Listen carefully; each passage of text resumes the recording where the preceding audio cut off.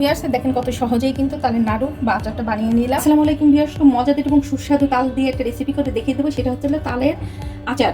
আর এই তালের আচারটা কত সহজেই বানানো যায় সেটা আমি দেখিয়ে দেবো। আমি তালগুলোকে সিলে তালের ভিতর থেকে তালের যে পিওরি সেই পিওরিটা বের করে দেখিয়ে দিচ্ছি।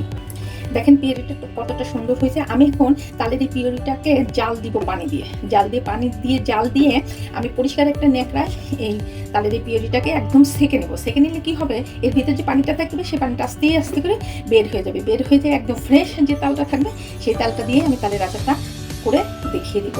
আমি তালটা দিয়ে যে আচারটা করবো তার জন্য আমার নারকেল লাগবে। আমি এখানে 2টা নারকেল নিয়েছি। এখন এই নারকেলটা দিয়ে আমি নারকেলের দুধ বের করে নিয়ে নিচ্ছি। তো ভিউয়ার্স, এই যে আমি নারকেল থেকে দুধটাকে বের করে নিয়েছি। এখন আমি এর ভিতরে ওই যে জাল দিয়ে রেখেছিলাম, যে তালটা বলেছিলাম যে জাল দিয়ে পানিটা ফেলে দেবো ন্যাকড়ার উপর থেকে, সেই তালটা দেখেন কত সুন্দর হয়ে গেছে জাল দেওয়ার পরে। তালটাকে এই যে নারকেলের দুধের ভিতর দিয়ে দিচ্ছি। আর এর ভিতরে দিয়ে দিচ্ছি আমি আখের গুড়। আপনারা চাইলে চিনিটাও দিতে পারেন। এরপর যে আমি চুলের জালটাকে অন করে দিয়েছি আর প্রত্যেকটা উপকরণ দেখেন একসঙ্গে দিয়েছি। এখন আমি নেড়ে চেড়ে দিচ্ছি বলক আসা পর্যন্ত। ভিউয়ার্স দেখেন অলরেডি কিন্তু তালটা বলক এসে গিয়েছে। আর এইভাবে কিন্তু তালটাকে বারবার করে নাড়তে হবে, ঘন নাড়তে হবে। ঘন ঘন নাড়া না দিলে কি হবে, তাল ছিটে কিন্তু চারিদিকে একদম ছড়িয়ে যাবে এবং হাত পা কিন্তু পুড়ে যাবে। তো সেক্ষেত্রে কিন্তু আপনারা আরেকটা কাজ করতে পারেন, সেটা হচ্ছে তালটাকে মাঝে মাঝে নাড়া দিতে হবে। আর একটা ঢাকনা দিয়ে যদি এইভাবে ঢেকে দেন তাহলে কিন্তু তালটা গায়ে লাগবে না এবং চারিদিকে ছিটবে না। যা সেটা ঢাকনার ভিতর দিয়ে ছিটবে। দেখতেই পাচ্ছেন চারিদিকে তালটা কিন্তু ছিটে ছিটে ঢাকনাটা দেখেন একদম পড়ে গেছে।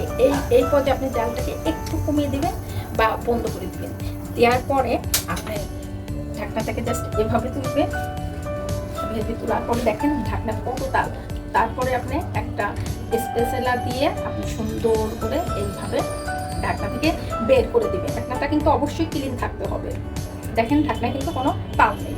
এখন আপনি চারপাশে এইভাবে আস্তে করে সুন্দর করে নাড়াচাড়া করে দিবেন। আর এই পর্যায়ে কিন্তু একটু জালটা একটু স্পিডটা বেশি থাকবে, তা নাহলে পারা তালের এই পানিটা বা তালের এই রসটা কিন্তু কমতে কিন্তু অনেকটা টাইম লাগবে। দেখেন বেশ খানিক পানি কিন্তু অলরেডি কমিয়ে গেছে তালের ভিতরে যে পানিটা ছিল। এখন আমি আবার ঢাকনাটা দিয়ে জালটাকে ফুল স্পিডে দিয়ে দিচ্ছি। তো ভিউয়ার্স অলরেডি দেখেন তালের পানিটা কতটা কমে গিয়েছে। কমে দেখেন একদম কিন্তু এটা গ্রেভি ভাব হয়ে আসছে। এইভাবে করেই কিন্তু আমি তালটাকে একদম ড্রাই করবো। আর বারবার করে নাড়তে হবে, নাড়তে কিন্তু ফুল তালটা কিন্তু ড্রাই হয়ে যাবে। আর যে বুঝতে পারবো যখন একদম দলা পাকিয়ে যাবে তখন বুঝতে পারবো যে আমাদের তালটা কিন্তু প্রায় শেষের দিকে। তো দেখেন আমি কিন্তু কত সহজেই কিন্তু তালের এই পানিটা টানানো আপনাদের দেখিয়ে দিলাম। আপনারা কিন্তু অবশ্যই আপনারা এই ধরনের রেসিপি তালের করতে গেলে কিন্তু ঢাকনা দিয়ে ঢেকে ফুল স্পিডে জাল দিয়ে পানি অবস্থায় থাকাকালীন কিন্তু এই কাজগুলো করবেন। আর পানি যখনই যে এখন পানি যেহেতু শুকিয়ে গিয়েছে, তো সেই ক্ষেত্রে কিন্তু এখন আর ঢাকার কোনো প্রয়োজন নেই। এখন আমরা বারবার করে এইভাবে শুধু নাড়বো আর নাড়বো। এই পর্যায়ে আমি একটু গরম মশলা গুঁড়িটাকে দিয়ে দিচ্ছি। এখানে শুধু এলাচের গুঁড়ি, এর ভিতরে কোনো দারুচিনি বা লবঙ্গ নেই। আর এই এলাচের গুঁড়িটা দেওয়ার কারণে তাদের আচারটা খুবই সুন্দর একটা ফ্লেভার আসে, যেটা পাগল করার মতো। দেওয়ার সাথে সাথে কিন্তু খুবই দারুণ একটা স্মেল চলে আসছে। আর দেখেন অলরেডি কিন্তু তালটা একদম এই দলা পাকিয়ে আসা কিন্তু শুরু করে দিয়েছে। যেটা করেন তাতে কিন্তু লেগে যাওয়ার সম্ভাবনা বেশি থাকে, পুড়ে যাওয়ার সম্ভাবনা বেশি থাকে। তো সেক্ষেত্রে আপনার কড়াইতে করলেও ভালো হবে, আর ননস্টিকের পাতিলে করলে তো আরও বেশি ভালো হবে। অলরেডি কিন্তু দেখেন আমার তালের আচারটা কিন্তু দলা পাকিয়ে আসছে, দেখেন দেখতেই পাচ্ছেন। আর এই আচার বানাতে কিন্তু একটু বেশ ধৈর্য সহকারে কিন্তু কাজগুলো করতে হবে। আর ধৈর্য না থাকলে কিন্তু যে কোনো রান্না হোক, আচার হোক, যেটাই হোক কিন্তু সেটা করা কিন্তু কখনোই সম্ভব না। দেখেন কত সুন্দর দলা পাকিয়ে আসতেছে। এইভাবে আমি আরও প্রায় 4 থেকে 5 মিনিট তালটাকে ভালো করে নেবো। আমাকে এর আগে একজন কমেন্টস করে বলেছিল যে আপু তাল দিতে হয় কেন? আসলে তাল আমরা যেভাবেই রান্না করি না কেন, তাল কিন্তু তারপরে একটু তিতা লাগে। কেউ যদি বলে যে তাল রান্না এভাবে রান্না করলে বা ওভাবে রান্না করলে তাল তিতা লাগবে না, এটা কিন্তু ভুল ধারণা। কারণ তাল একটু তিতা লাগবে, সেটা যত মিষ্টি তালই হোক আর যত পাঞ্চে তালই হোক। তো ভিউয়ার্স হয়ে গিয়েছে আমার তালের আচার।